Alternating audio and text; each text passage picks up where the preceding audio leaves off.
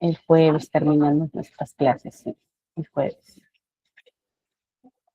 Buenos días, buenos días. Algo de ruido. Por favor, traten de ser comprensibles.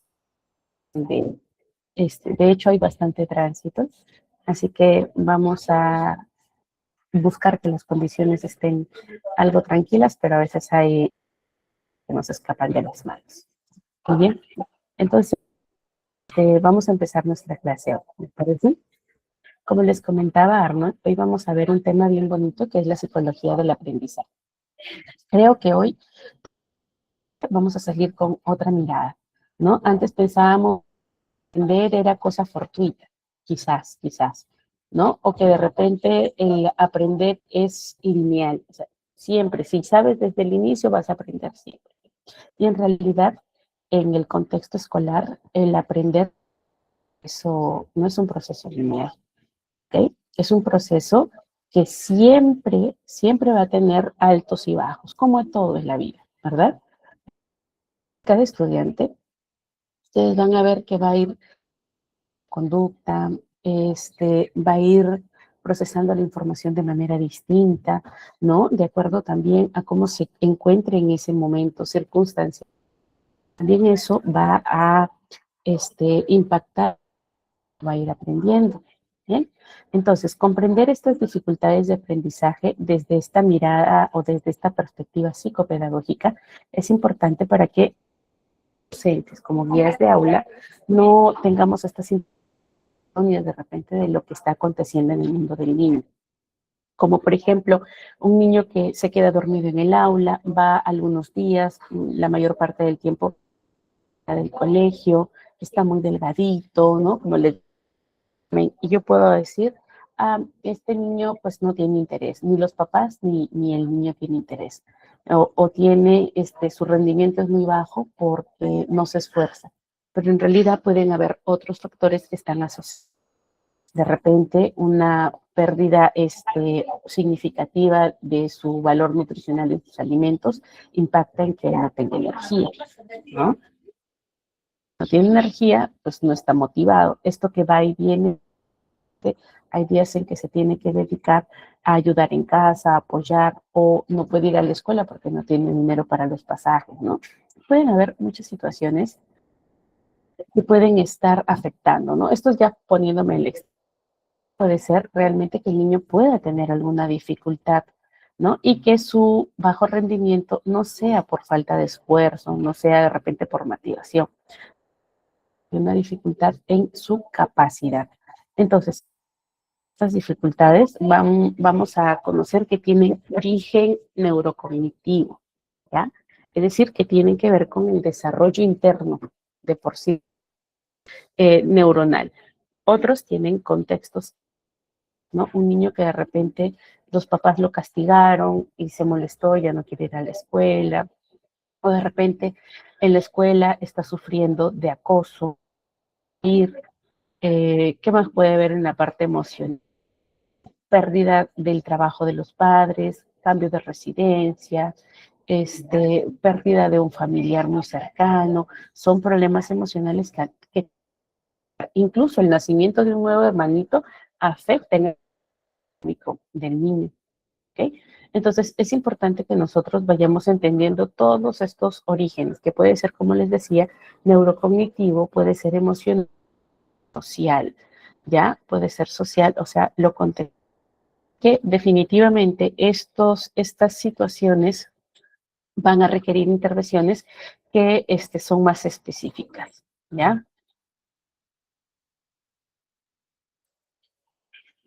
Es, entonces, en esta sesión, como les decía, vamos a tratar de entender el aprendizaje, qué son estas dificultades que vamos a encontrar dentro del proceso de enseñanza. ¿Listo? Entonces, manos a la obra, muchachos. Muy bien. ¿Se han preguntado cómo aprendemos? Obra de magia, de repente un día nos acostamos y ya sabemos leer, ya sabemos escribir,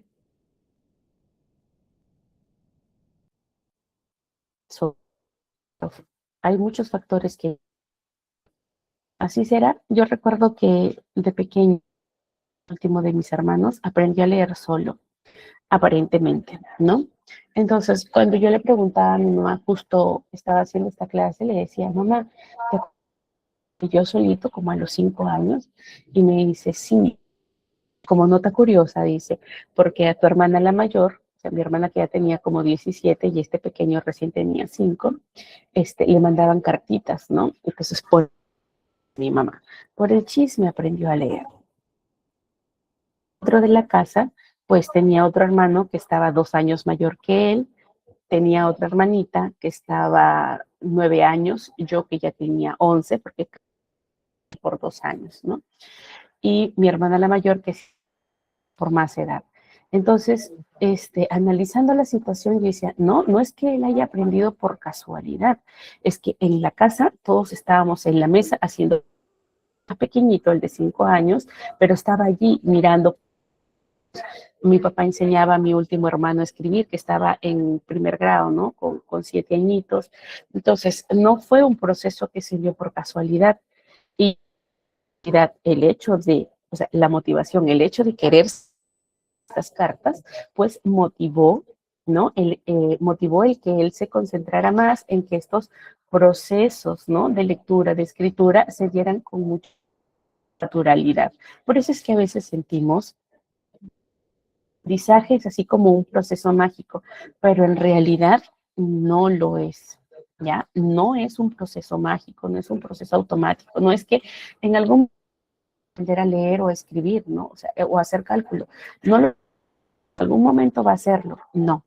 Eso es un pensamiento erróneo, eso es un sesgo que va a perjudicar muchísimo al desarrollo intelectual del pequeño, ¿ok? Porque el aprender a leer, a escribir, es como es una máquina compuesta, ¿ok? Hay procesos mentales que se requieren para llegar a esto. Por ejemplo, para llegar a la lectoescritura necesitas la parte corpórea, la motricidad, la gruesa, ir corrigiendo también los procesos conductuales, ir corrigiendo también la parte socioemocional. Entonces, las destrezas físicas, ¿no? La lateralidad, la disociación de movimientos. Entonces, todo esto llegar a la lectoescritura. Primero es la escritura, ¿no? Se requiere para llegar a la escritura. Una vez que se obtiene la escritura, se obtiene la lectura. Entonces, lo mágico, ¿ok? Y ahí él no aprendió por arte de magia. Él aprendió porque estaba en un entorno donde todos estábamos leyendo, estudiando, ¿no?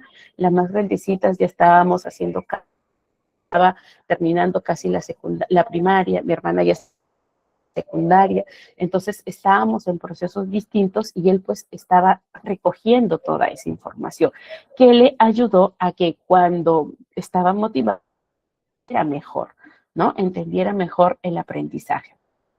Puede ser que tengan experiencias ustedes similares.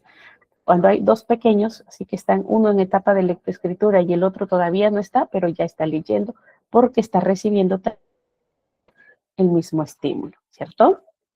Muy bien. Entonces, una vez entendido que no aprendemos por arte de magia, vamos a ver, ¿no? ¿Qué modelos explican cómo es que nuestro cerebro procesa la información? Y sobre todo que podamos entender cómo es que, o que estos modelos nos van a ayudar a identificar algunas dificultades específicas dentro del proceso de aprendizaje del estudiante.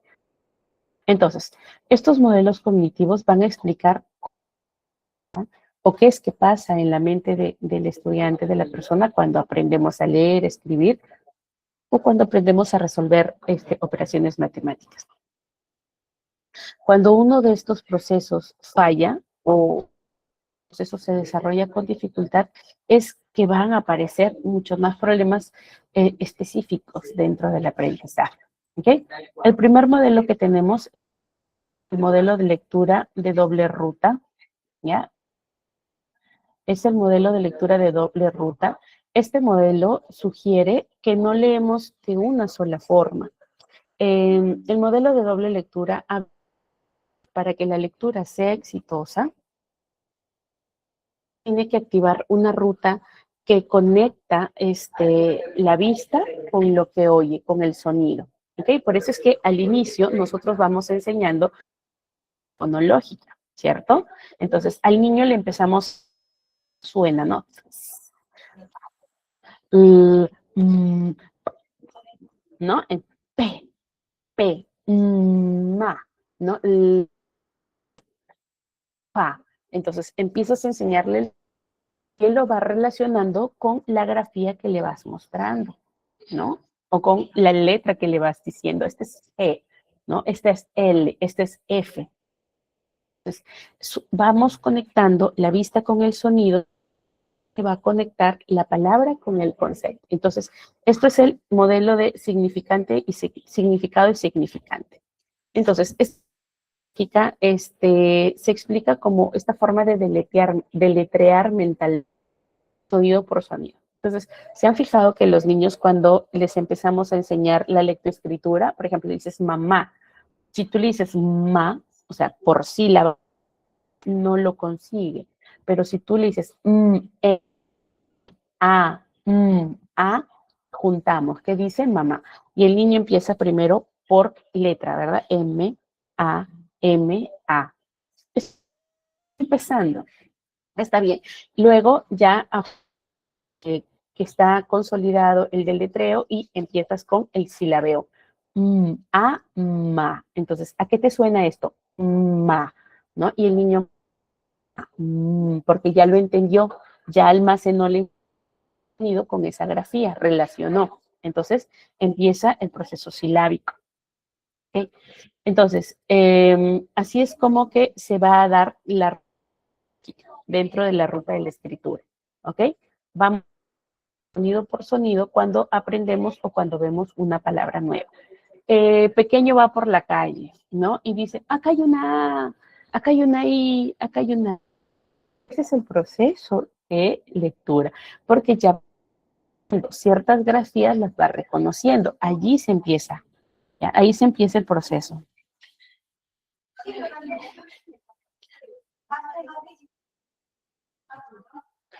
Ajá, sí, es que en realidad destrezas van mejorando. ¿Por qué? Porque están expuestos, ¿no? Los vamos exponiendo indirectamente a estos aprendizajes. Entonces, no es como que exigido el aprender, si no se hace de forma natural. Por eso es que se siente como que lo hizo solito, ¿no? O se le hizo más fácil, pero en realidad estuvo más habituado a esto. Por eso es que, comente su experiencia, se hace mucho más sencillo el que aprende. Las cosas es que para la lectura, ¿ya? Para aprender la lectura, hay esta ruta visual o esta ruta léxica, que es como es la foto, ¿no? Muchos de los pequeños tienen memoria fotográfica, por ejemplo, ¿ya? Entonces, tú lees, se aprende su nombre, ¿no? Se me ocurre ahorita, no sé, Rafael. Y donde vean, dice, Rafael, ¿no? Ven la publicidad del ex alcalde de Lima y dice, Rafael. Entonces, van asociando, porque esa ruta visual léxica que es como la foto de la palabra. Y así van reconociendo más palabras, porque se las van aprendiendo esta información como foto, ¿no? Y así van haciendo un diccionario. Entonces, la ruta visual léxica la reconocemos de golpe porque ya está en nuestro diccionario, ya estás expuesto a esto. Hay, por ejemplo, algunos de lectura en el que muchas de las técnicas dicen, ¿no? Vas nombrando, es como que etiquetas las cosas, por ejemplo, de la casa si quieres exponer a la lectura a temprana edad, ¿no? Puerta, pones, no que la lea, sino pones ahí. El niño abre y cierra, allí va tomando fotos de esa palabra. Baño, cocina, plato, cuchara, papel. Entonces, esta es la ruta visual léxica. Sin como está expuesto, va tomando esas fotos y luego la. Muy bien. Luego tenemos la comprensión, que es el objetivo final. Entonces, si el cerebro gasta toda su energía en solo descifrar, ¿no? Los sonidos, o sea, tiene que decodificar el sonido, va a quedar energía para poder entender el mensaje. Entonces, la comprensión es importante para que se dé este proceso. Ahora, ¿cuáles son estas tareas dentro de la escuela? Por ejemplo, aquí que les he puesto en la diapositiva, ¿no? La lectura implica de, ¿no? Procesos de decodificación. Entonces, este proceso de decodificar tiene que ver con el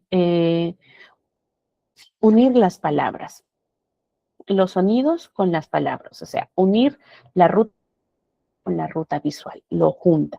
Significado, significante. Sonido, palabra, ¿ok? Sonido, escritura. Luego, el esfuerzo excesivo, ¿ya? Entonces, el leer con fluidez tiene que ver con el leer sin esfuerzo y con un ritmo adecuado. Entonces, cuando empieza la lectura es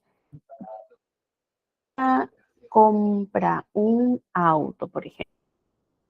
Va aumentando el ritmo. Papá compra un auto. Luego, papá compra un auto. ¿Qué compra papá? Un auto. ¿Ven cómo va aumentando la forma, la fluidez? O sea, que no se haga con esfuerzo. Entonces, cuando el ritmo es más adecuado, se lee con más fluidez y el proceso de comprender se hace mucho más sencillo. Esto era lo que les explicaba anterior, ¿no? Anterior. Yo me quedo o pongo así toda mi energía para leer pequeño texto y tratar de entender lo que está diciendo, ya me quedo sin energía para entender o comprender el mensaje en realidad. Estoy gastando todo o en entender las palabras, ¿no? Porque el ritmo y porque la fluidez no es la adecuada para la lectura. Entonces, un niño, por ejemplo, que lee muy rápido, ¿no? Les voy ay, no tengo nada para leer. Imagínense ustedes, ¿no? Que empiezo a leer el cuento de la oruguita. La oruguita dice que tenía primero unos amiguitos que se burlaban de él porque era gordito y los demás amiguitos, y había una mariposita, no sé cuánto, y empieza a leer así de esa forma, ¿no? Muy rápido. Él cree que ya lo leyó, por leer rápido ya leyó, pero nos entiende, le preguntamos, ¿qué comprendiste del texto? No sé, de una mariposita, pero no recuerdo más. Puede que otros niños entiendan, pero leen muy lento. Pueden que otros niños leen, pero no comprenden. Entonces, el, el ritmo en la lectura determina la forma o determina la comprensión. ¿Hasta aquí vamos bien?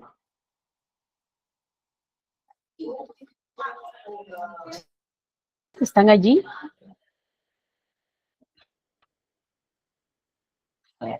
A ver, ¿están despiertos o no están despiertos? Muy temprano creo que es la. ¿Sí están allí? Perfecto. Muy bien. A ver, Flor, querías hablar para abrir el micrófono. Ya, está activo el micrófono. Sí, Miss, buenos días. Hola, Sí, muy conciso, Florcita, ¿ya? sí, sí, la parte está interesante. Estoy acá bien atenta, no se preocupen. Ok, Buen día a perfecto. todos. Buenos días. Muy bien, entonces, del proceso de composición o la ruta de doble ruta. El proceso de composición, ¿ok? Entonces, el cognitivo de la escritura indica que primero yo tengo que organizar las ideas, ¿cierto? Pensar qué quiero decir, organizo mis ideas.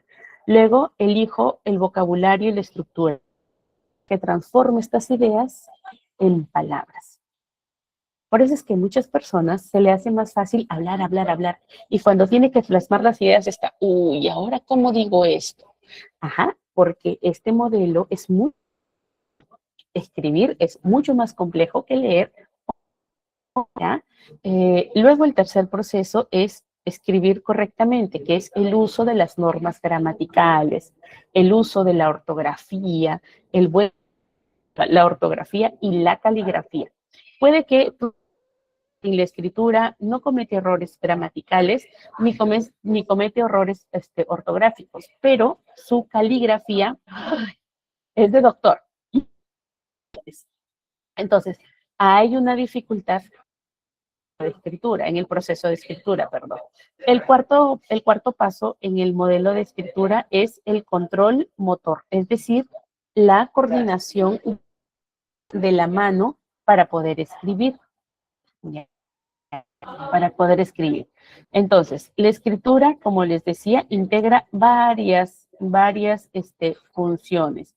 El pensar, el luego la idea, transformar ese pensamiento en palabras, luego hacer normas gramaticales y ortográficas, la caligrafía y luego el movimiento de la mano para escribir. Porque de repente yo escribo, pero escribo lentito, ¿cierto? Cuando un estudiante quizás sabe la respuesta, pero escribirla bien, entonces no es el problema el que no sepa la respuesta, sino que no sabe plasmar, no ha pasado de lo mental a lo físico, ¿ok? No interno a lo físico, a lo tangible. Entonces, tiene en el proceso de escritura, ¿ok? De escritura. Entonces, aquí la barrera ya ahora sería, por ejemplo, ¿no? La grafomotricidad del niño. ¿Qué puede haber otra barrera también? Ya, la distracción del sonido, ¿no? Su mente se distrae en ver el contenido y se distrae del contenido porque se enfoca en entender el sonido o la forma de la palabra, ¿ok? Entonces, no escucha el mensaje, sino palabra por palabra, ¿ya? Modelo cognitivo de la matemática, del cálculo. Aquí está, por lo que muchos lloramos, ¿cierto? Muchos lloramos aquí con el cálculo. Modelo cognitivo del cálculo de la matemática es solamente con el tener que memorizar operaciones, ¿ya? Aquí es importante que exista una construcción, las matemáticas, ¿ya? Que se puedan representar no mentalmente las matemáticas, sino físicamente. Entonces vamos de lo físico a lo mental, de lo tangible a lo intangible, ¿ya? Entonces, el objetivo de las matemáticas no es solo las matemáticas, no es memorizar, no es que apréndete las tablas y ya. Es algo de entender. Perdónenme un ratito.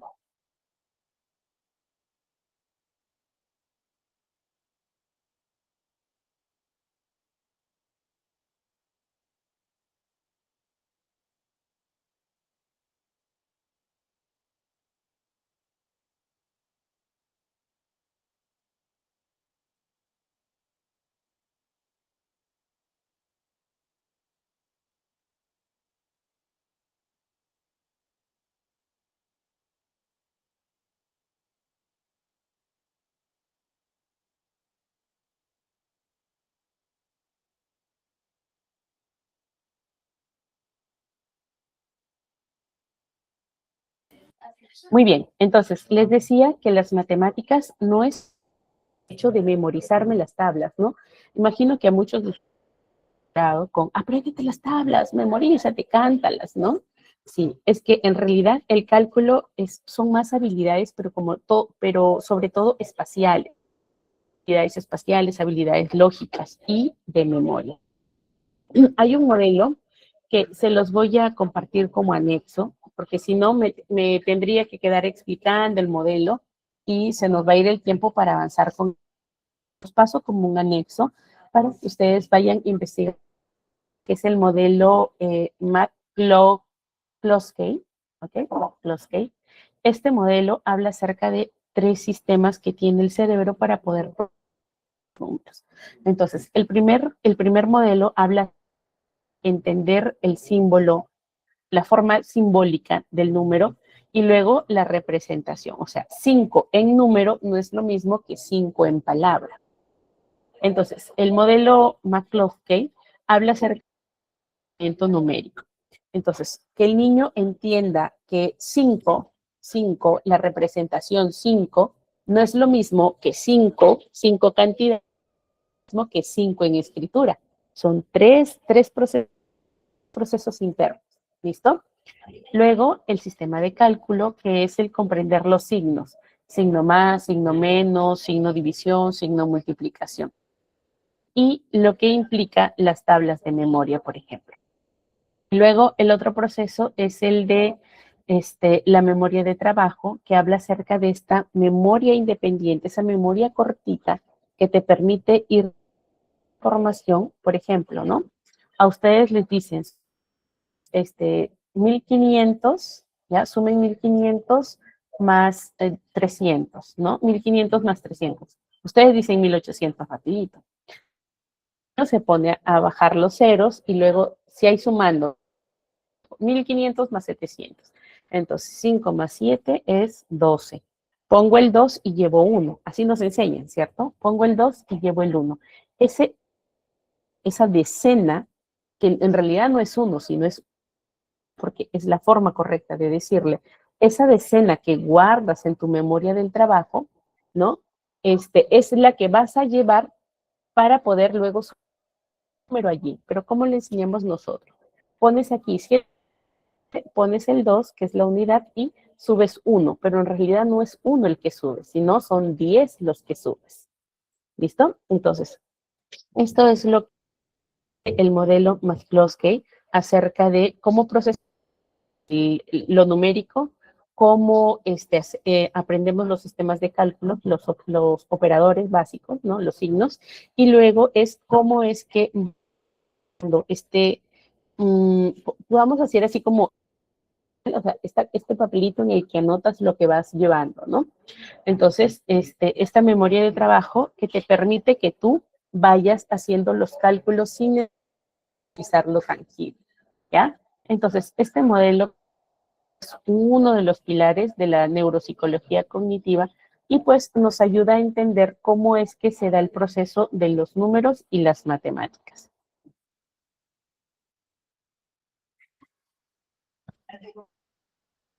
¿Están recibiendo la señal con dificultad, chicos? ¿Todos? A ver, confirme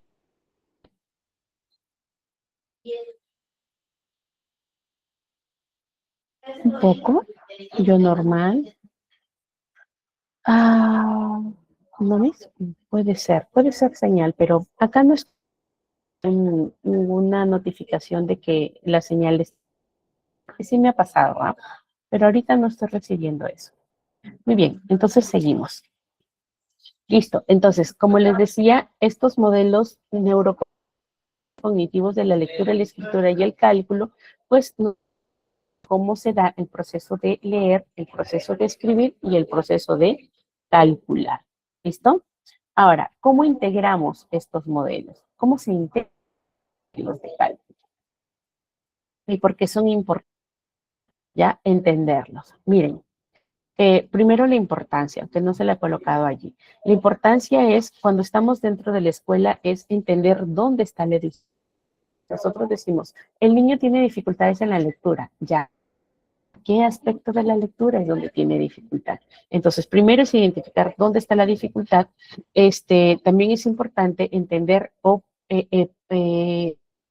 esto para no etiquetar. Flojito, no tiene la capacidad, de repente desatento, ¿no? Entonces, evitar estas etiquetas. Luego, que una vez que yo identifico dónde está el problema, puedo aplicar la estrategia adecuada, ¿cierto? Estrategia adecuada, pues yo puedo diseñar la estrategia, puedo diseñar el apoyo que el niño o que el estudiante requiere. Entonces, los apoyos personalizados. Bien, entonces, ¿cómo se los? El proceso de atención, ¿no? Entonces, nos permite que el niño o que el estudiante se enfoque en la tarea. Luego de esta atención va a aumentar de dificultad de la tarea que requiera.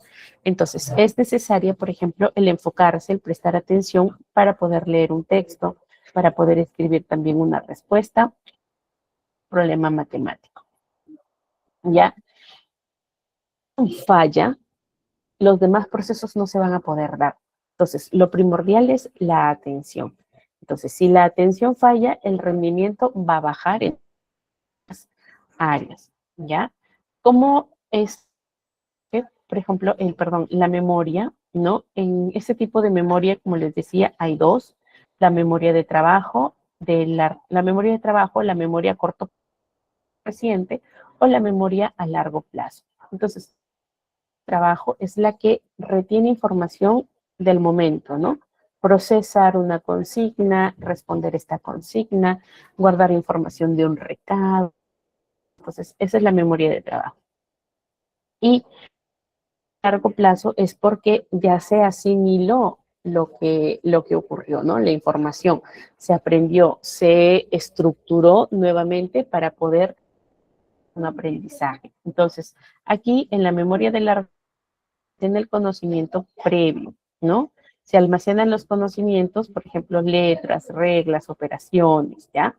Entonces, es importante la memoria para poder comprender textos, para poder ciencia. También es importante para que se puedan realizar los cálculos de manera correcta. Bien, ahora, el lenguaje pues se conecta con estas tres áreas: entender consignas, expresar ideas y también problemas matemáticos.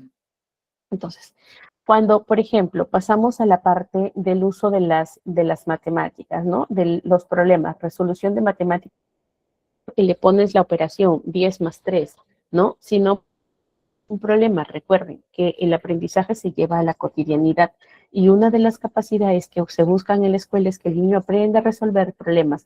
Allí va a aplicar la ley. Entonces, muchos de los problemas de cálculo, en realidad el chico no sepa sumar o leer, sino porque no comprende lo que lee.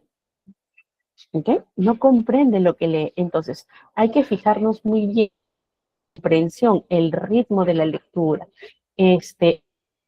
el tono, ¿ya? El significado que le va a dar a lo que lee va a referir o va a ayudar a que la comprensión sea mucho más nutrida, que se complete el proceso de comprensión. Tenemos las funciones ejecutivas. Estas funciones ejecutivas tienen que ver más que todo con la maduración. Al principio, cuando nosotros nacemos con funciones cognitivas o procesos cognitivos que son fundamentales: la atención, el lenguaje, la memoria, ¿ok? El pensamiento, ¿listo? Entonces, estos procesos cognitivos son fundamentales porque de ahí parte el que nosotros aprendamos. Las funciones ejecutivas no es algo con lo que yo nazca, es algo con lo que yo voy a ir aprendiendo a raíz de estas funciones. Por ejemplo, la planificación, el control inhibitorio, la organización y la flexibilidad. Entonces, son funciones que me van a permitir, pues, planificar el tiempo que voy a dedicar a una tarea, ¿no? Organizar de repente la prioridad de las tareas, ¿cierto? El saber que llego a mi casa y decir, en la escuela me dejaron tarea. Entonces, cuando el niño dice, ¿tienes tareas? No, es porque tampoco tiene la capacidad de organización, o de responsabilidad, no la tiene la función.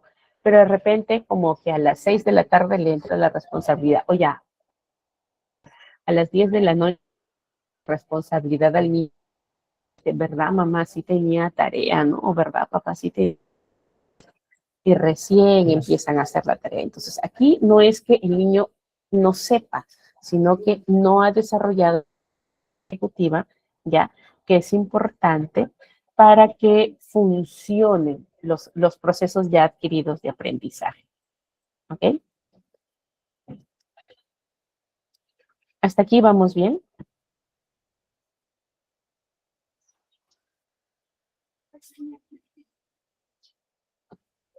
¿Sí? Vale. Muy bien. La teoría de procesamiento de la información habla acerca, usa la metáfora de la computadora, ¿ok? Ingresa información, se procesa la información, sale información. Entonces, el registro sensorial tiene que ver con todos los estímulos que nosotros vamos recibiendo del exterior. ¿Listo? todos los estímulos que son captados a través de los sentidos llevados al cerebro, al corteza cerebral, para que pueda derivarse al cerebelo y el cerebelo interprete de qué sentido vino, ¿ok? Y deriva nuevamente, pero no como lo recibió, sino ya procesado, con lo anterior, con las nuevas percepciones y juntando todo lo que sintió el cuerpo, ¿ok? Entonces no es solo lo que percibió en la vista, no es solo lo que percibió el olfato, sino lo une, ¿listo? Entonces, ese es el registro sensorial. Recibe estímulos por los sentidos y dura así, como que ya acabó. Ahorita que terminé de hablar, ya pasaron muchos estímulos, ¿ya? Si nosotros no prestamos atención a esos estímulos, pues no registramos información, ¿ya? No registramos información. Luego está la memoria de trabajo, que es donde pensamos, donde resolvemos problemas, es el ahora, ¿no? Esta memoria de trabajo es chiquitita, dura 5 segundos, dice. Aguanta entre 5 y 9 datos a la vez, ¿ya? Entonces es pequeñita, y dura entre 20 y 30 segundos, ¿ya? Es chiquitita. Un número de teléfono te lo puedes aprender, sí, en un ratito, te lo dictan, no sé, 955-72-721-436, ¿no? Entonces, de aquí en un ratito te vuelvo a preguntar el número y, oh, ya no, ya pasó, 20 segundos duró. Si en ese tiempo yo no retuve la información, se borra. No le presté atención, se borra. ¿Listo? Y luego tenemos la memoria a largo plazo, que es el almacén, ¿no? En la memoria a largo plazo ya es cuando se consolida, ya lo aprendí, mis sentidos estuvieron percibiendo toda la información, mi proceso atencional estuvo adecuado, fue adecuado, se consolidó con los aprendizajes previos y pasa a la memoria de largo plazo. Entonces, esta memoria de largo plazo es donde se guarda la información que realmente aprendemos. ¿Listo? Muy bien. ¿Qué dificultades? ¿Ya? ¿Qué dificultades vamos a encontrar en el aprendizaje? Antes de continuar, ¿hasta aquí vamos bien? ¿Hay alguna pregunta?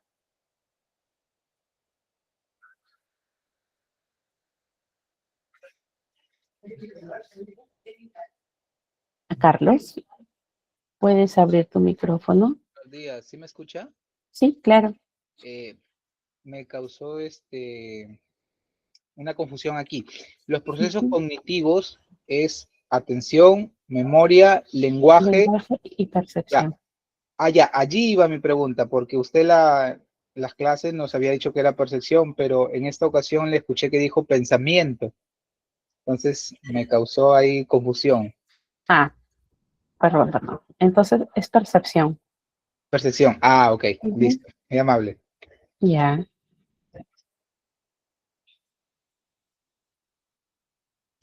Muy bien. ¿Alguna otra pregunta?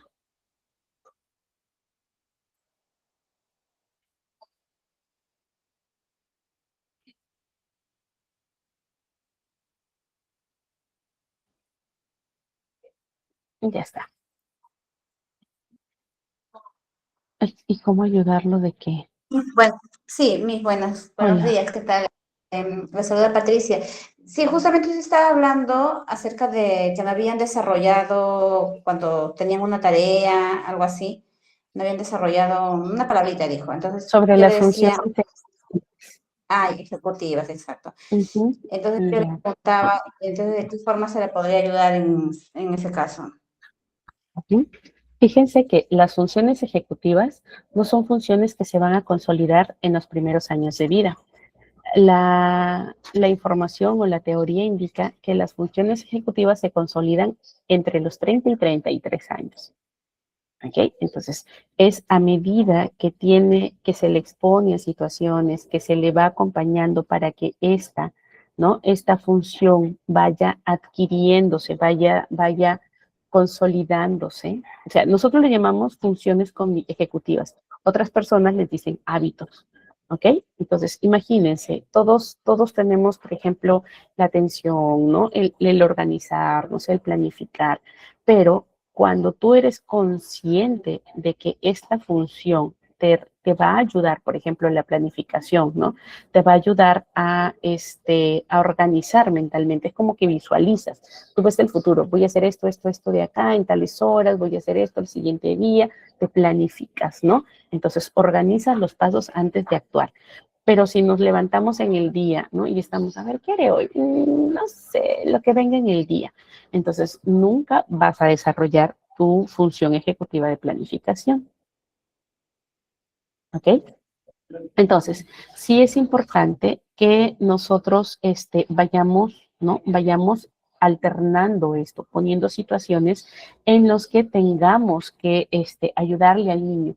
De hecho, en la escuela, todas las actividades que se hacen buscan que estas funciones se vayan alineando. ¿Ok?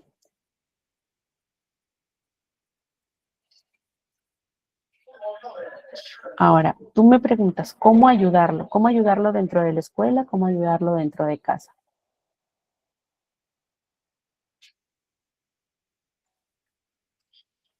Por ejemplo, si tú quieres que, no sé, tu chiquito, ¿no? Tu hijito sea bien planificado, sea bien organizado, entonces lo primero, no basta con decirle que limpie su cuarto. Entonces tienes que decirle, por ejemplo, que le haces un paso a paso, un checklist de tareas, ¿no? Limpiar su cuarto implica que, por ejemplo, recoja los zapatos y los limpie, ¿no? Coloque sus juguetes en su estante, la ropa sucia la ponga en su cesto, de repente que la ropa limpia la doble y la coloque en su armario o en su ropero. Entonces tiene un paso a paso, ¿no? Entonces para la planificación y para la organización es hacer estas pequeñas tareas, no globales, ordena y no te dice nada, el paso a paso. También el niño aprende que le demanda hacer cierta. ¿Cuánto tiempo crees ordenar tu cuarto? A ver, son bastantes zapatos, es bastantes juguetes, jugué mucho, de repente limpiar mi escritorio, doblar mi ropa, de toda la semana, mamá, creo que me voy a demorar un par de horas haciendo esto. Muy bien, entonces vas tú chequeando, a ver, cada 15, cada 20 minutos vas viendo qué va a organizar. Entonces, descomponer las tareas grandes en pasos pequeños va ayudándole a que ellos vayan planificando y también vayan organizando sus actividades, ¿ya? Ayuda mucho, por ejemplo, tener calendarios, ¿no? Calendarios, agendas, cuadernos o libretas de tareas. Entonces, a mí, por ejemplo, me ayuda muchísimo esto, hacer una agenda de todo lo que tengo que hacer y voy marcando todo lo que yo voy logrando. Entonces, esto también te permite ser mucho más visual y ayuda a que puedas ir viendo progreso, porque a veces terminamos el día y decimos, oye, hoy no avancé nada, pero cuando lo ves, cuando es tangible, cuando hiciste tu ruta, entonces se hace mucho más positiva la percepción de avance o la percepción del logro. Entonces, por eso es importante descomponer las tareas. Por ejemplo, el control inhibitorio, cómo lo vas enseñando? ¿No? Entonces, el control inhibitorio, ¿qué es lo que busca? Es que, por ejemplo, el niño sea impetuoso, de tener una respuesta automática. Entonces, yo le estoy preguntando y antes de que termine de hablar ya me está respondiendo. Entonces, el control inhibitorio lo que ayuda es que aprenda a escuchar, respetar tiempos, los tiempos conversacionales y sobre todo que piense lo que va a responder, ¿no? Entonces, ¿qué haces? Disminuyes impulsividad y aumentas respuestas pensadas. Entonces, aquí lo vas a enseñar o le vas a ayudar a los niños como con juegos. Por ejemplo, el Simón dice, ¿no? El Simón dice, el estatuas, juegos. ¿Qué más te puede ayudar? El semáforo, por ejemplo, ¿no? El semáforo igual, verde correr, rojo parar, ¿no? Entonces, está en verde el semáforo, corre, está en rojo el semáforo, para. Lo mismo puedes ir aplicando estas estrategias, por ejemplo, para hablar, ¿no? Hay otra de las cosas que a mí me gusta jugar con los chicos también para el control inhibitorio, es los tiempos de silencios, ¿no? Entonces, estamos jugando, a ver, ¿quién logra mantener el silencio un minuto? Entonces, estamos ahí. Los niños quieren hablar o reírse o pasó algo gracioso o yo lo suelo ir combinando, por ejemplo, con chistes. Entonces, cuando estamos en terapia pongo chistes y estamos ahí en silencio, 1 minuto, pasamos, luego aumentamos 2 minutos, luego 3 minutos, y así vamos contando la cantidad de tiempo que podemos esperar, aguantar, ¿no? De repente él quiere reírse, pero estamos trabajando control inhibitorio. Entonces, eso va ayudándole al niño que vaya entendiendo las reglas, por ejemplo, cuando las reglas son cambiantes, que vaya entendiendo, que vaya controlando el impulso. El juego de miradas también es parte del juego de control inhibitorio, ¿no? Entonces, eso nos ayuda a trabajar esto. Y la memoria de trabajo, por ejemplo, hay una actividad que utilizamos, por ejemplo, cuando se hacen las mediciones de coeficiente intelectual, que tú le das, por ejemplo, una serie de números al niño, ¿no? Le doy 1, 3, 5, 7, 9, y él tiene que invertirla. Entonces, me la va a repetir como 9, 7, 5, 3, 1. Entonces, esos juegos de memoria invertida nos van a ayudar, por ejemplo, a trabajar la memoria de trabajo, porque le obliga a pensar. Puede ser que en la mañana tú le digas, guárdame 3 palabritas, y a mediodía me las devuelves, ¿no? Entonces, estas 3 palabritas no se vale anotarlas y luego te las tiene que devolver. Esa es la memoria de trabajo, entonces con instrucciones que permiten que el chico preste atención, ¿no? Vaya fortaleciendo. Recuerden, las habilidades ejecutivas son como el músculo, es como el cuerpo, son músculos. Entonces, necesitamos ir entrenándolas para que se puedan dar. ¿Ya? ¿Qué sucede si el niño o niña no se engancha en el juego o no le interesa? Sí, lo que pasa es que tienes que ir variando. Tienes que ir variando los juegos, ¿no? Cuando tú buscas actividades lúdicas para la escuela, o sea, el juego llevado con propósito, por eso es actividad lúdica, tienes que buscar el interés común, ¿no?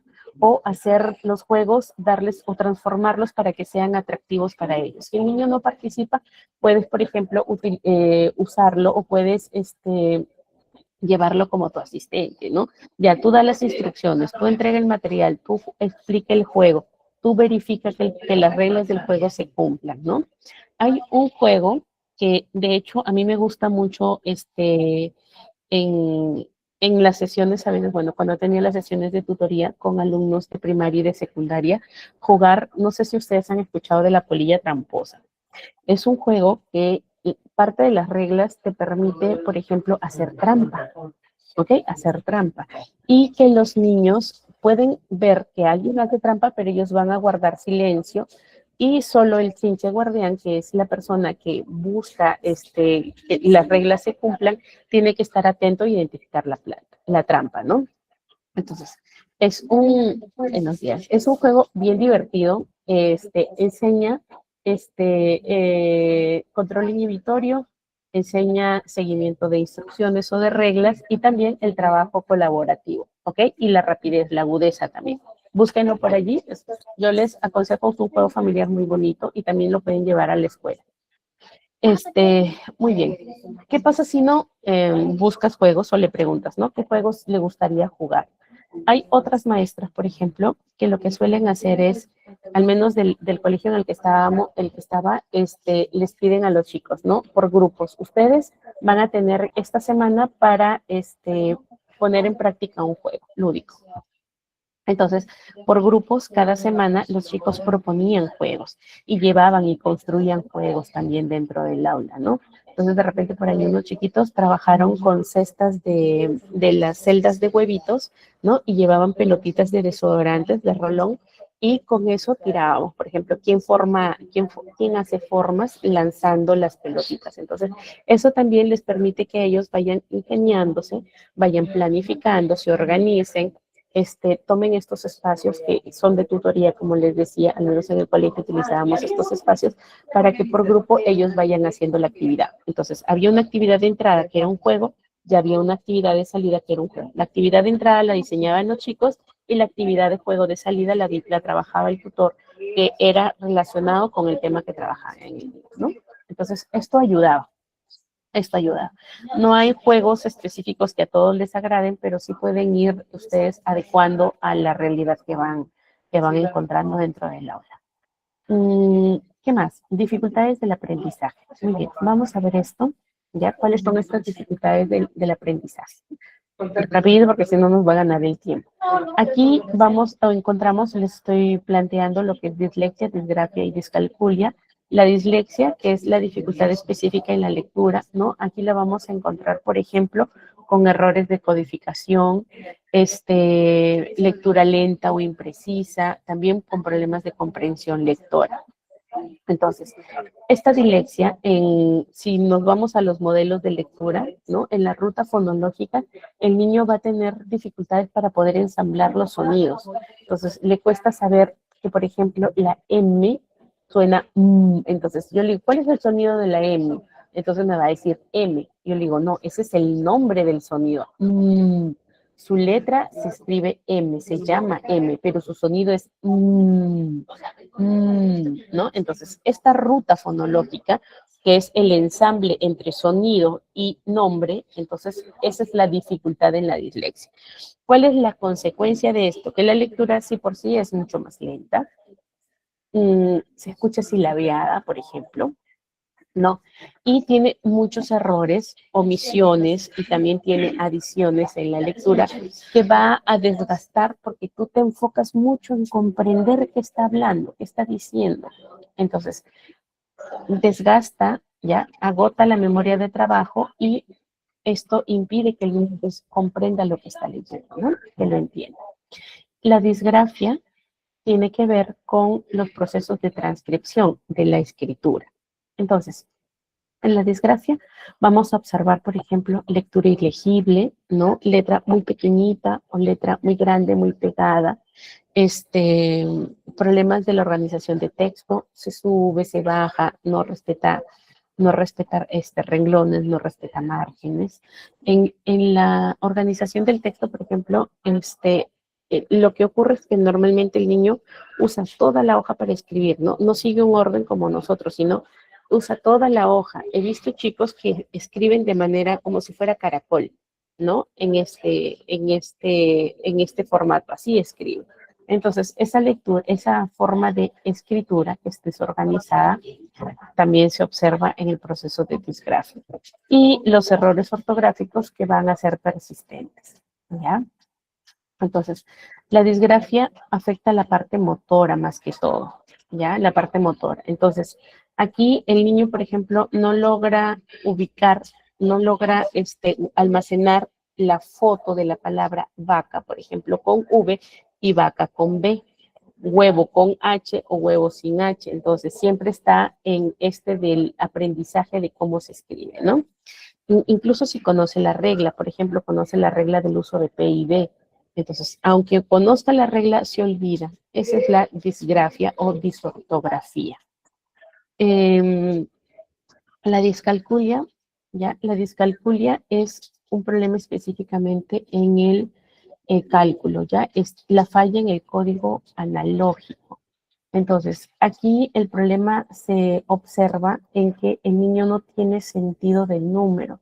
Entonces, puede ver un número 8, ¿ok? Pero puede representar el 8 en elementos, pero le cuesta entender el símbolo 8, ¿ya? Entonces, recuerden que el cálculo tiene tres formas, ¿no? Cantidad, ¿no? El número en sí, el número, ¿ya? Y luego la grafía, el cómo se escribe. Entonces, los niños, pues, en colegio tienen dificultades para poder estimar, ¿no?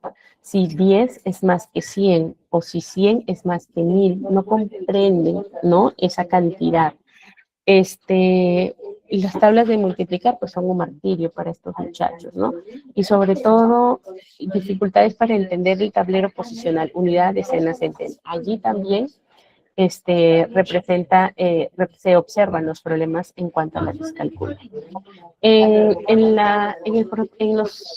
Digamos que en la dificultad de aprendizaje y discalculia, mucho se asocia con el hecho de la flojera, se asocia con el interés, ¿no?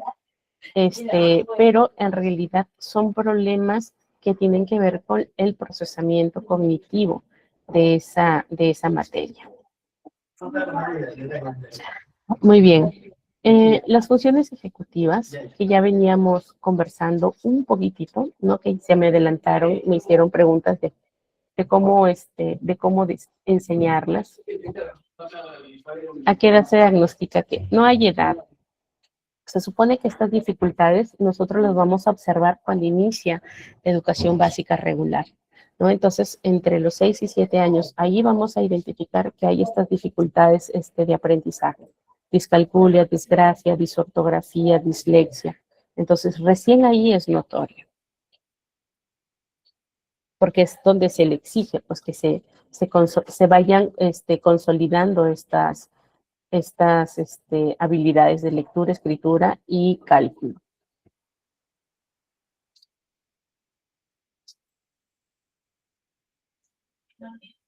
Sí, Snyder, juegos rompehielos, sí, sirven como juego de memorias de trabajo, pero más que todo es con los juegos para trabajar la memoria de trabajo.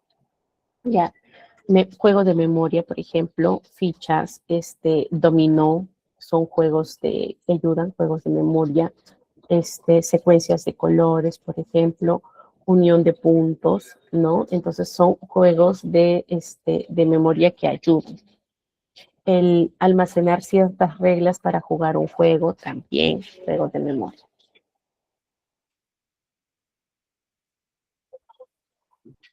Bien, en cuanto a las funciones ejecutivas, ¿no? Las funciones explican por qué algunos estudiantes son muy hábiles y no tienen dificultades sensoriales y tampoco trastornos del lenguaje, ¿no? Simplemente no logran rendir en la escuela. Entonces, ¿por qué? Porque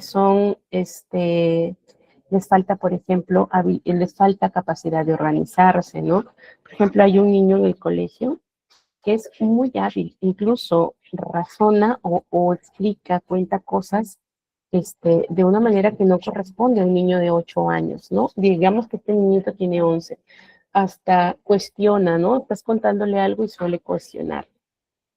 Cuestionamientos válidos, ¿ah? Entonces, este pequeñito, por ejemplo, se ha ido a recuperación con 3 cursos.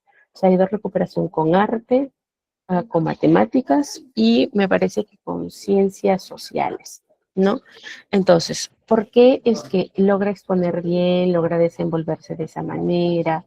De repente hace bien, participa en las clases, pero sus dificultades están en el cumplimiento de tareas, ¿no? Las dificultades están en que no sigue consignas, por ejemplo, en arte.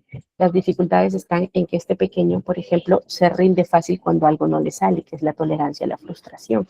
Entonces, no significa el que fallen estas funciones ejecutivas, no significa que el niño no tenga inteligencia, que no sea listo, sino que no logra adecuarse o no logra rendir en la escuela porque se exigen ciertas condiciones, ¿no? Se exigen ciertas condiciones.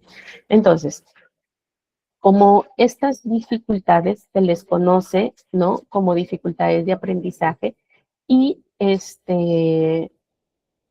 no están asociadas, por ejemplo, al trastorno de déficit de atención e hiperactividad, ¿ya? Entonces, las funciones ejecutivas, ay, perdónenme por acá. Las funciones ejecutivas, ¿no? No tienen que ver, como les decía, con un problema, en cuanto, ¿ya? Un problema en cuanto a la inteligencia. Más que todo es en cuanto al desarrollo de la habilidad, ¿ya? Entonces, ustedes pueden de repente tener un niño que no tiene dislexia, tampoco tiene discalculia, ¿no? Pero sus funciones ejecutivas fallan. Entonces, puede ser que de repente ustedes están haciendo una lectura en el aula, ¿no? Y le dicen, no sé, Pepito, continúa la lectura y Pepito está jugando con su lápiz, está mirando los dibujitos del libro, se perdió, ¿no? Entonces, la atención, que es la que está fallando aquí, le perjudica, ¿no? Porque pierde detalles de la consigna, pierde, no tiene la capacidad de esta atención, dividida, ¿no? Puede estar haciendo una cosa, pero estar pendiente de lo que pasa en el entorno, o esta atención alternante de pasar de una actividad a otra sin perder la concentración en ambas. Entonces, aquí es donde vemos esta dificultad atencional. Luego puede ocurrir esta pérdida o esta dificultad de la memoria de trabajo, que es que le hablas de algunas consignas, o sea, le das varias tareas, pero mientras trata de recordar la última que le das, ya se olvidó de las primeras que le diste. Entonces, olvida el primer paso de la instrucción cuando va por el segundo, cuando va por el tercero. Esta es la dificultad, por ejemplo, de un niño, ¿no? De un niño inatento. Y el control inhibitorio es otra de las características, ya, que están relacionadas a los problemas atencionales. Entonces, el niño no piensa, responde lo primero que se le ocurre.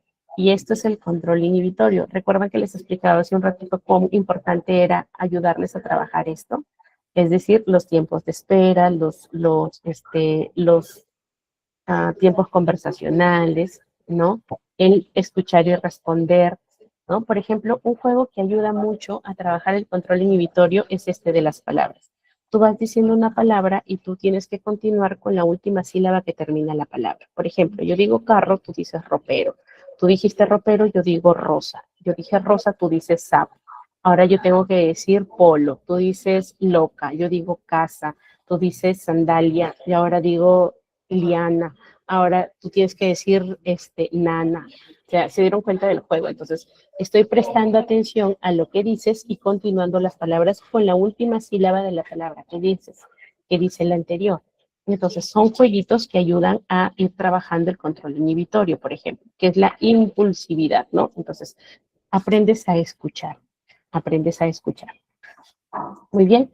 Entonces, ¿qué necesitamos para poder ayudar en estas dificultades que no son problemas, como les decía, de inteligencia, sino son netamente estas habilidades o estas funciones que no se han desarrollado? Entonces, necesitamos que los estudiantes tengan listas de verificación, aprendan a manejar tiempo de esperas, fragmenten las tareas grandes en tareas pequeñas, y ir utilizando el andamiaje visual. Es decir, que podemos utilizar los pictogramas para poder ir señalando qué es lo que ocurre. Esto, por ejemplo, el andamiaje visual nos sirve cuando nosotros damos instrucciones de un procedimiento. Entonces, olvida el primer paso, entonces puede recurrir a su andamiaje visual para poder entender el proceso, ¿no? Entender el procedimiento. Muy bien. ¿Cuáles son los trastornos que son muy frecuentes que vamos a encontrar en la escuela? Déficits atencionales, con o sin hiperactividad. Vamos a encontrar el trastorno del espectro autista. Vamos a encontrar trastorno de desarrollo del lenguaje. También trastorno negativista desafiante o trastorno trastorno negativista desafiante o oposicionista desafiante, OD, ¿ya? Y la famosa ansiedad escolar, que le he notado muchísimo. A raíz de pandemia fue donde más prevalencia ha tenido estas dificultades de ansiedad en los chicos, ¿no? A ver, muy bien. Vamos a ir viendo estas dificultades, ¿ya?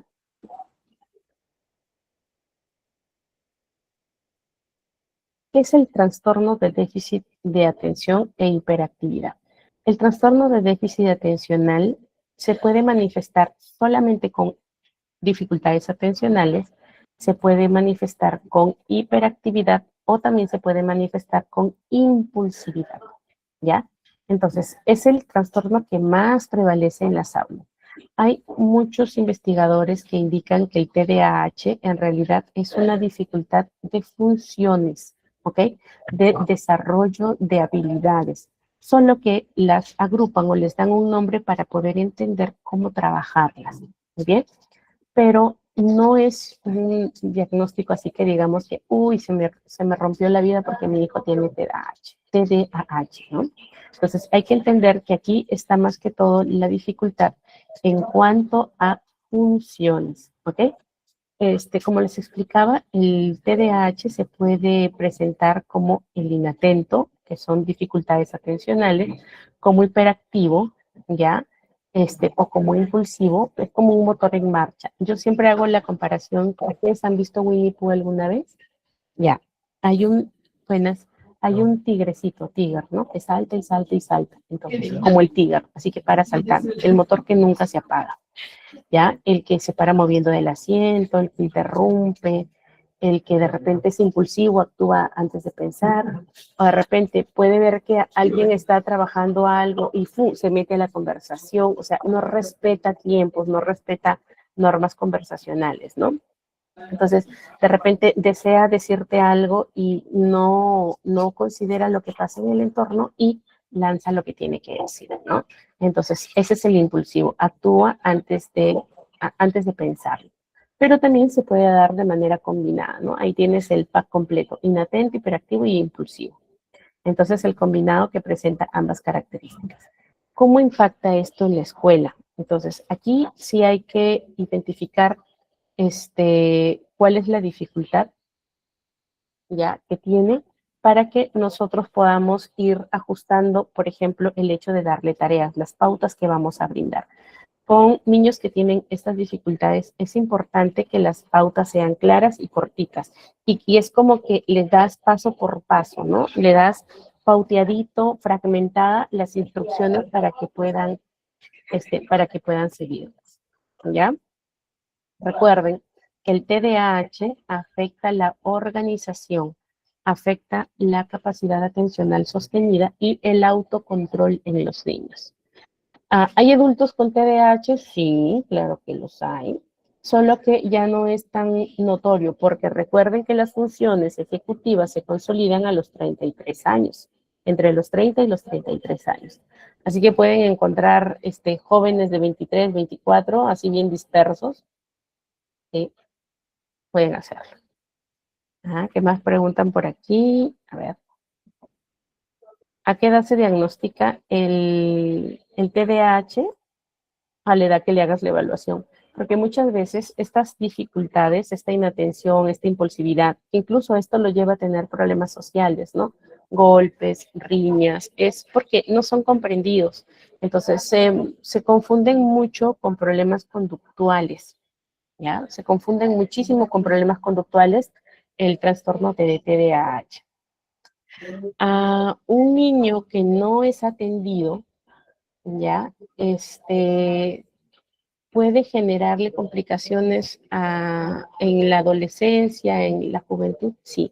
Hay algunos estudios que indican que, por ejemplo, niños que han sido medicados, ¿ya? Que han sido medicados por TDAH para inhibir el impulso, y esta medicación no ha llevado una, digamos así, o sea, el quitarle la medicación no ha sido progresivo, sino fue así de golpe, o sea, se me acabó la medicina y ya estás grandijito y chao. Hay bastantes estudios que indican que esto genera trastornos del estado de ánimo, ¿no? Depende, depresión, ansiedad. Sí, se agravan, se agravan. Nos dice,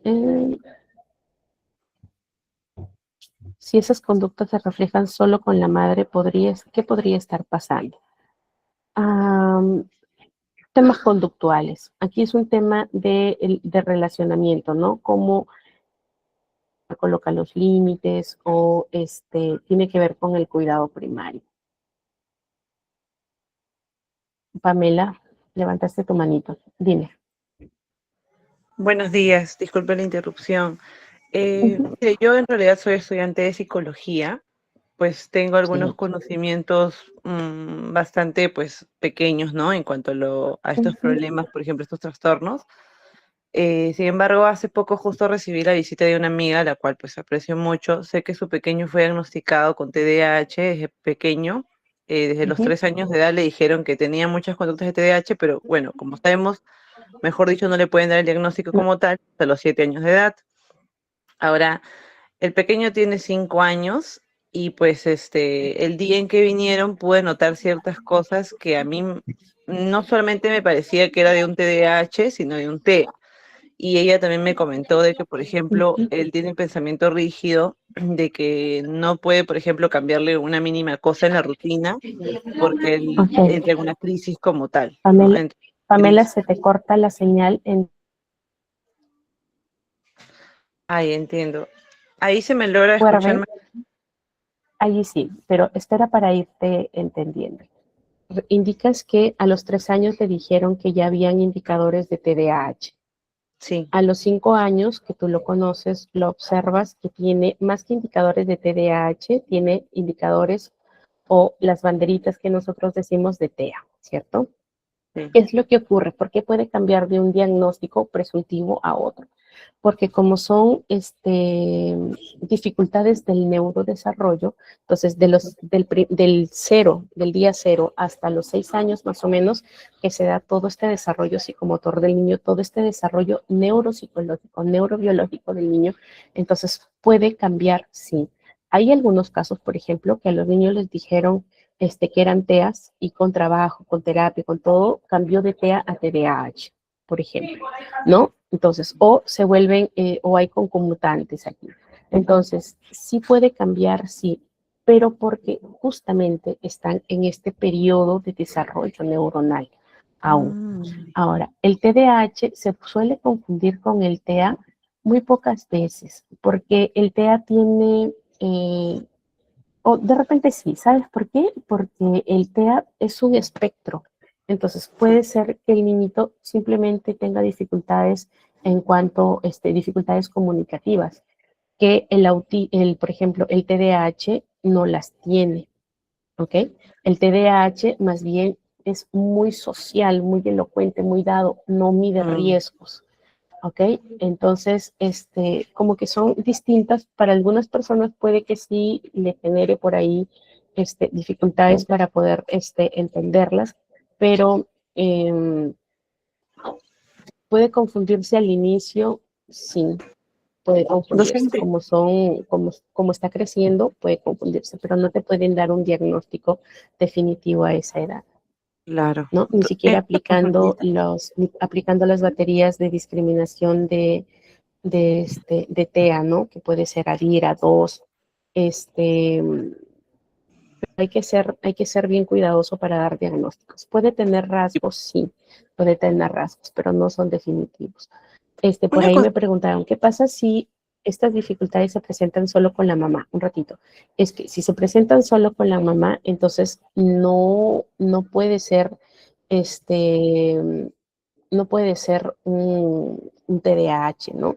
Aquí son conductas transversales y puede estar más relacionados con temas de reforzadores inadecuados de la conducta. Dime, seguías comentando, sí, en este caso Pamela. básicamente le quería consultar de que yo creo que hay tal vez una comorbilidad, porque sí, el pequeño no está ni 2 minutos sentado, o sea, realmente está todo el tiempo corriendo, agarrando o haciendo, hablaba así de manera inesperada cualquier cosa, no se controlaba Ujú, en nada, ¿no? Pero el caso es que esta amiga me comentó, porque como le digo, yo soy estudiante, entonces sería pues ujú. fuera el lugar que yo le diga, ¿no? Yo presumo que tu hijo tiene esto y tal, simplemente yo lo observaba. Lo único que yo le aconsejé fue que sería bueno que sí continúe, tanto con la psicóloga y la psiquiatra, porque el pequeño pues pasa por psiquiatría. Ella me había comentado que le habían recetado unas gomitas para que él pueda estar más tranquilo, pero que ella había optado por no dárselo, porque Ujú. me dijo que con su esposa habían visto de que solo era un tema de cansarlo mucho en el día para que él pueda dormir bien en la noche y esté tranquilo. ¿Cómo podría eso perjudicar en el desarrollo del No se niño? Eso es trata lo que de, quería que usted me ayude. claro, no se trata de cansarlo. No es como una Mm, batería y que tienes que agotarla y mientras más lo haces trabajar durante el día, llega bien a la noche. No funciona así. Esa es una idea errónea que tenemos acerca de la hiperactividad. En realidad, lo que hay que buscar, si por ejemplo la dificultad del niño es hiperactivo, o sea, no puede mantenerse quieto, si el médico o el psiquiatra o el neuro pediatra podría indicar este tratamiento combinado, ¿no? Farmacológico con la terapia. Entonces, muchas veces, muchos padres dicen, no, le tienen miedo a la medicación porque como que los adormece, los debilita. Pero si la impulsividad y la hiperactividad impide que el niño pueda funcionar adecuadamente, entonces sí va a ser necesario, ¿no? Hay algunos otros tratamientos homeopáticos que ayudan. Por ejemplo, yo no es que lo recomiende, pero he visto casos de algunos padres que han utilizado, por ejemplo, flores de Bach ¿no? Medicina natural para trabajar la impulsividad y que les ha funcionado, que han cambiado la alimentación y que les ha funcionado. Pero más que cambiar eso, también han cambiado formas de cómo trabajar con el niño. Por ejemplo, no es que lo tengan en actividades para ocuparlo, sino que en las actividades que los tenían eran actividades con propósito. Por ejemplo, talleres de música que requieren atención, que requieren disciplina para la ejecución de un instrumento, ¿no? Talleres de canto, por ejemplo, que les ayuda. Actividades como modelamiento, como cerámica, les ayuda, ¿no? Trabajo por ejemplo, danza. Entonces son actividades alternas. No es que lo voy a llenar toda la tarde, lo voy a tener de actividades, sino que las actividades tengan un propósito. Por ejemplo, si el problema del niño es sensorial, entonces, terapia, ¿no? Terapia ocupacional con este pequeño para poder ayudarle, ¿ya? Pero no es así actividades para cansarlo, sino que tengan un propósito. Y si no está contenta con el tratamiento, con lo que le ha dicho su médico, que busque otra opción, ¿no? Por ejemplo, acá en Trujillo, en esta ciudad donde yo estoy, hay un doctor médico, pero que trabaja en la homeopatía. Con él yo suelo derivar algunos casos de los padres que me dicen, mira, nos han dicho medicina tradicional, pero nosotros no queremos, queremos buscar otras opciones. Entonces, él que es médico, yo lo derivo con él, pero tendrían que buscar una persona que les pueda cubrir esa necesidad y que realmente vean resultados, porque es medicina complementaria, terapia, intervención terapéutica y trabajo de acompañamiento en casa también. Ujú. Entonces, en casa también no es solo que ya llegue, sino que hay que establecerse, por ejemplo, rutinas, hay que ayudarles a actividades de la vida diaria, vestirse, comer solo, prepararse algún alimento, ¿no? Amarrarse los zapatos, ponerse los zapatos. Entonces, es importante que se vayan estableciendo rutinas a temprana edad, que la condición o el diagnóstico que te dan no es un diagnóstico o una etiqueta que ya eso va a decir así es esa persona y no puede cambiar, no, sino que los tomemos como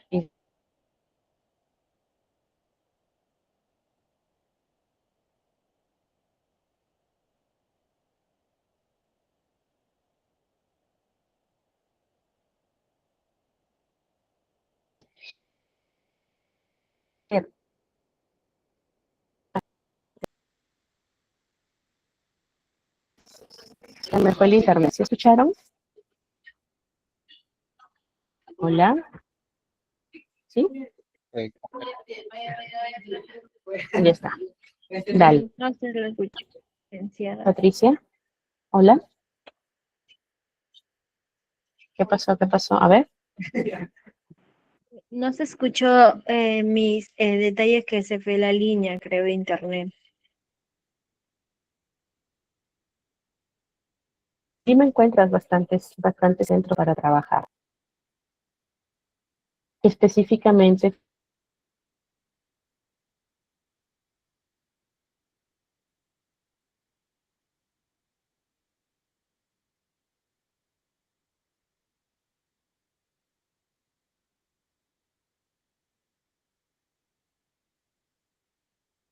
¿no? Les decía que los centros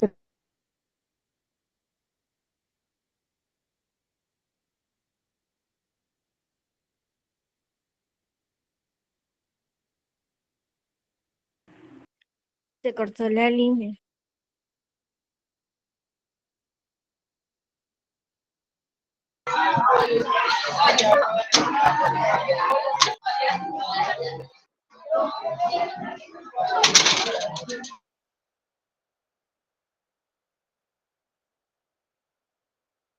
Sí, estimados, un minutito por favor, para que nuestra docente pueda volver a reconectarse. ¿Bien?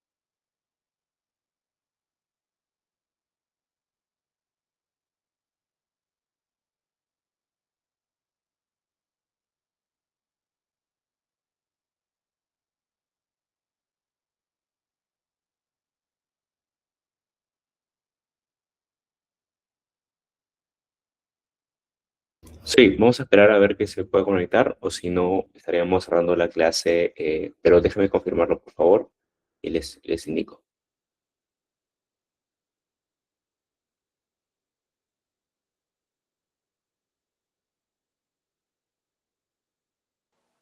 Hola, hola, ¿me escuchan? Ahora sí se me fue la señal, disculpen. Vale, entonces, les estaba comentando, ¿no? Que en los centros ocupacionales, entonces, tiene a la mayor cantidad de terapeutas que les pueden ayudar a trabajar todas las áreas, ¿no? En las que tienen dificultades los niños. Vale, esperen un ratito para conectarme desde la computadora nuevamente y retomamos.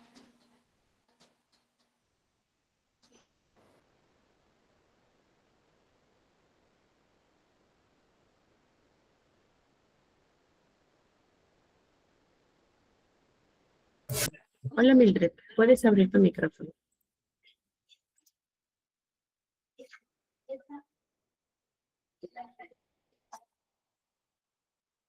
Recuerden chicos que ya están abiertas las certificaciones para que vayan consolidando sus documentos, ¿no? Su certificado. Aprovechando que ya nos quedan unas pocas clasecitas también. Bien, bueno, dale, continúo entonces. Ya hablamos de estos trastornos. Ahora, vamos a hablar de algo que sí ocurre bastante, bastante frecuente, que es la ansiedad escolar, ¿ya? Y antes de eso, me está olvidando acá del trastorno negativista desafiante. Miren que este trastorno, que muy pocos lo conocen, se manifiesta principalmente en el comportamiento y en la regulación emocional. ¿Okay? Aquí, como lee, el patrón persistente de enfado es una de las características, ¿no? El niño está irritable, discute con adultos, tiene dificultades para seguir las normas, ¿no? Da la sensación de que busca siempre el conflicto. Entonces, esto genera un clima muy tenso, ¿no? Un tenso con las dificultades de convivencia. Pero muchas veces, detrás de un trastorno negativista desafiante o oposicionista desafiante, hay un trastorno de déficit atencional no diagnosticado y no atendido. Por eso, no les decía que muchas veces son problemas de funciones, muchas veces son problemas de conductas. Entonces, se evidencia este trastorno negativista desafiante cuando no se ha atendido esta dificultad atencional, ¿ya? Entonces, el negativista desafiante, ¿no? Sobre todo presenta esta conducta de oposición o de negación ante figuras de autoridad, ¿ya? Sea que la figura de autoridad sea hostil o no lo sea, pero cuando ve una figura de autoridad, allí es donde se muestra esta conducta hostil, desafiante, ¿ya? A ver, ¿cómo están? ¿Qué más les digo acerca de lo que no hay comentarios? Ya. Respecto a la ansiedad escolar, ya, digámoslo así, que la ansiedad escolar se muestra como una respuesta a un proceso de dificultad o un sentido de alerta permanente, ¿ok? Recuerden, la ansiedad, ya, la ansiedad se muestra como que yo percibo peligro en el entorno. Entonces, cuando un niño con ansiedad escolar ya siente esto, es porque el centro, o sea, la amígdala de tu cerebro está recogiendo, está interpretando esta información como peligro, ¿ya? Como peligro. Entonces, ocurre que nuestro cerebro interpreta estas situaciones que yo no las puedo manejar, las interpreta como señal de peligro. ¿Ya? Las interpreta como señal de peligro y lo que busca es defenderse. Entonces, esta defensa va a estar entre la lucha o la huida. Entonces, ¿qué es lo que pasa? Todas estas funciones ejecutivas, como es la planificación, la organización, la anticipación, por ejemplo, se inhiben. Y lo único que entra al cerebro es en modo de supervivencia, ¿no? Yo tengo que correr, tengo que huir para poder mantenerme a salvo. ¿Listo? Entonces, la ansiedad también genera la aparición de pensamientos intrusivos. No voy a poder, ¿qué va a venir? No va a ser suficiente lo que haga, se van a reír de mí. Entonces, todos estos pensamientos ocupan mucho espacio en tu memoria de trabajo, en la memoria de trabajo, y no permite que quede energía ni que quede espacio para poder prestar atención a lo que está explicando de repente el maestro.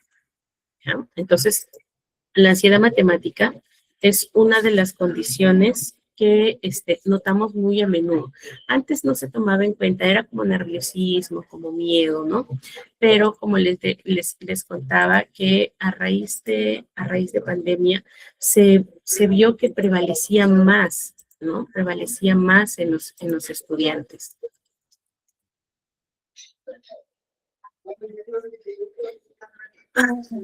Muy bien. Y sobre todo, aparece esta ansiedad en tareas o en cursos donde te exigen mayor capacidad, ¿no? Aquí. Por ejemplo, en las matemáticas, ¿no? Cuando llega ya la hora de la matemática, el estudiante empieza a estar nervioso, está hipervigilante, de repente está moviéndose en la silla de un lado para otro, le duele la barriga, comienza a temblar, a sudar, ¿no? Balbucea al hablar, respira muy rápido, agitado. Esta es la señal de alerta. Ya tu cerebro está en modo supervivencia. ¿Por qué? Porque yo estoy interpretando esa situación de miedo, la estoy interpretando como riesgo para mi vida. Y me pongo en modo marcha o huida. ¿Ok? Aquí, o peleo o me escapo. Así es, la ansiedad.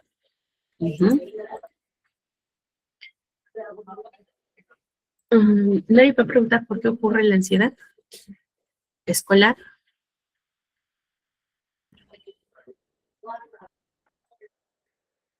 Al inicio, la ansiedad ocurre porque tienen estos reforzadores dentro de la escuela como, por ejemplo, ¿no? Miedo a que se burlen de ti, a que te avergüencen, ¿no? La ansiedad ocurre como este sentimiento de fracaso, ¿no? De ahí soy incapaz de poder tolerar o manejar esta tortura, ¿no? Sácalo a que lea en alto, ahí va a leer mejor. Entonces, eso es una tortura, cuando el niño de repente no tiene, no puede leer, por ejemplo, en alto, ¿no? No puede leer para todos. Entonces, ir al colegio definitivamente se vuelve una tortura para el estudiante y ahí empieza a aparecer esta sensación de alerta, ¿no? Muy bien. ¿Qué más tenemos aquí? ¿Qué evaluaciones, no? ¿Qué pruebas hay? Hay este screening, ¿ok? Es un conjunto de pruebas, de baterías, de evaluaciones que se hace para poder identificar las dificultades que pueden surgir dentro de los procesos de aprendizaje con los niños, ¿ya? Uy, el bullying es la madre del cordero, Snyder, en cuanto a la ansiedad escolar. Sí, es la madre del cordero, el bullying. Es que empieza el niño a interpretar que es un lugar de riesgo. Así empieza por ahí. El miedo a que se burlen de mí, el fracaso, la risa. Sí, entonces estos factores sociales también van a aparecer. De repente la personita, el estudiante es muy tímido, y ahí mucho más, ¿no? Porque no tiene herramientas de afrontamiento. Entonces allí van disparándose más estas sensaciones de alerta.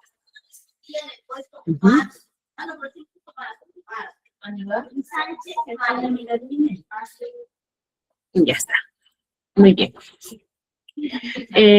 Las herramientas principales para poder hacer la evaluación, bueno, definitivamente es la observación. todas las evaluaciones que nosotros empezamos a hacer inician por esto, por la observación, ¿no? Que es el observar, el identificar cómo será el proceso en el niño, ¿no? De aprendizaje, cómo interactúa con sus pares, ¿no? Cuál es, cómo responde al error, por ejemplo.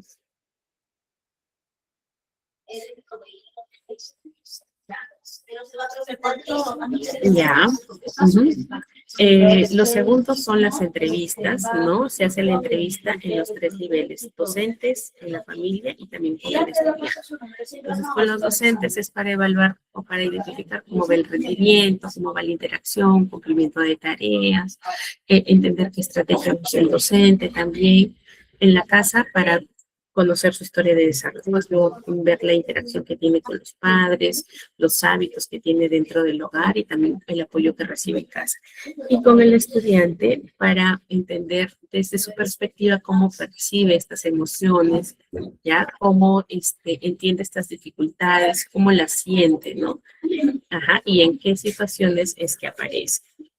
Y las pruebas de screening, que son las pruebas de screening, ¿no? Son, lo que busca es detectar alertas. Es como una, digamos así que es como un láser que pasamos, ¿no? Como un láser. Entonces, se aplican pruebas, se aplican test para detectar nuestras dificultades, por ejemplo, el PROLEC, PROES, PROMAT, ¿no? Que ahorita se me viene a la mente de test para evaluar si hay dificultades en la lectura y la escritura o en los procesos de cálculo. Uh-huh. Sí, el streaming es rápido, sí, es rápido. Se puede aplicar de forma masiva, ¿no? Identificamos también, podemos identificar estos falsos positivos, ¿no? Para descartar estos problemas. Entonces se hace la observación, la entrevista y el streaming para poder juntar los 3 resultados y elaborar los informes donde ya se identifican las áreas en las que tiene dificultades el estudiante. Uh-huh. Muy bien, un par de minutitos más y terminamos, ¿ya? Entonces, la intervención educativa, pues, tiene que ser, es importante la intervención, porque lo que vamos a hacer es atender la necesidad del estudiante. Entonces, ¿qué hacen en cuanto a la escuela? Se hacen las adaptaciones, ¿no? Entonces, en las adaptaciones lo que vamos a hacer es trabajar el mismo contenido, pero se ajusta la dificultad con la que trabajo ese contenido. Puede ser que se hagan actividades que sean mucho más sencillas que las actividades que le trabajas al promedio, ¿ya? Los apoyos visuales también, esquemas, ¿no? Rutinas, pictogramas, ayudan a que el niño vaya entendiendo la actividad por fragmentos también. Las intervenciones basadas en evidencia, entonces sí es importante que el trabajo de intervención terapéutica se haga con terapias aprobadas. No se puede hacer aquí el champazo, voy a ver cómo le va a este niño con eso, ¿no? Sí o sí tiene que ser con evidencia, con pruebas basadas en evidencia. Uh-huh. Y también en cuanto al reforzador positivo, ya hay que entender, creo que en una clase ya hemos visto el tema de los reforzadores, entonces hay que buscar qué conducta yo deseo tener en los estudiantes y voy a incrementar los refuerzos para que se mantenga esa conducta. En vez de enfocarme en la conducta inadecuada, me enfoco en la conducta que quiero, ¿no? En la conducta adecuada o beneficiosa para el estudiante. ¿Ok? Entonces, aquí, ustedes como docentes, ¿cuál es su rol? Primero, capacitarse en DUA. Es importante que ustedes tengan este conocimiento de los diseños de unidades de aprendizaje que van a ayudarnos, pues, ¿no? A vencer estas barreras de aprendizaje. Entonces, las unidades DUA, ¿qué es lo que busca? Es, primero, el principio es yo diseño pensando que sí hay dificultades dentro del aula. Lo segundo, ¿no? Es que el material sea bastante didáctico, sea muy didáctico, sean visuales, auditivos, táctiles, que las experiencias de formación también sean experiencias significativas para el estudiante y que también la forma en cómo evalúe se adapte a las condiciones o se adapte a las necesidades que tiene el estudiante. ¿Listo? Espero que les haya gustado la clase. Por aquí hay una pregunta, no lo había visto. ¿Qué me dices? Snyder dice, he visto casos de bullying desde el cuarto grado de primaria. Eso puede hacer que las emociones que se queden en la persona. Oh, claro, lo que tú estás contando es un trauma sostenido, definitivamente que va a generar problemas en la persona, Snyder, ¿no? Entonces, aquí lo importante es no solamente hay veces en que las personas piensan que eso va a pasar, que es del momento, que así se comportan los chicos, ¿no? Pero sí es importante entender que aquí hay un maltrato crónico, ¿no? Maltrato crónico. Y por lo tanto, sí va a haber una insatisfacción, sí va a haber una señal de alerta activada desde siempre, ¿no? Se vuelve hipersensible la persona. Entonces, sí lo primero que tenemos que atender es o ver en este caso que nos comentas, ¿no? En este caso que nos comentas, sí es atender ese trauma, porque ya es crónico, ¿no? Mucho tiempo en la misma situación. Ahí sí está más ligado a que se genere ansiedad, ya no solo académica, sino ansiedad generalizada, ¿no? Un TAC.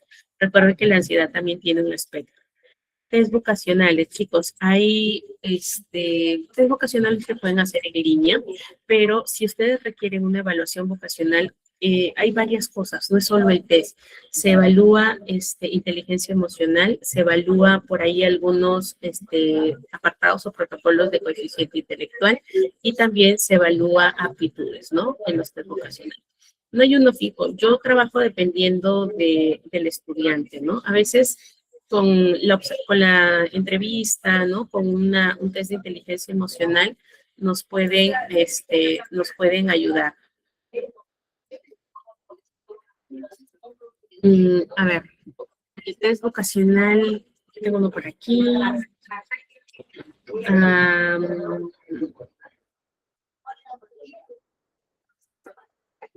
No me acuerdo el nombre, Chaside es, por ejemplo, ¿no? El que yo uso, ya lo abrí en mi carpeta.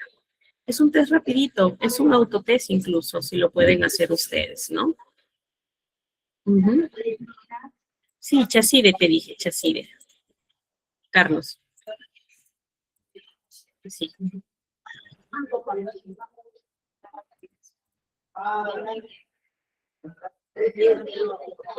Listo, chicos. Nos encontramos entonces el día jueves, Dios mediante. Cuídense. Un abrazo. No se vayan, por favor, los dejo con el coordinador.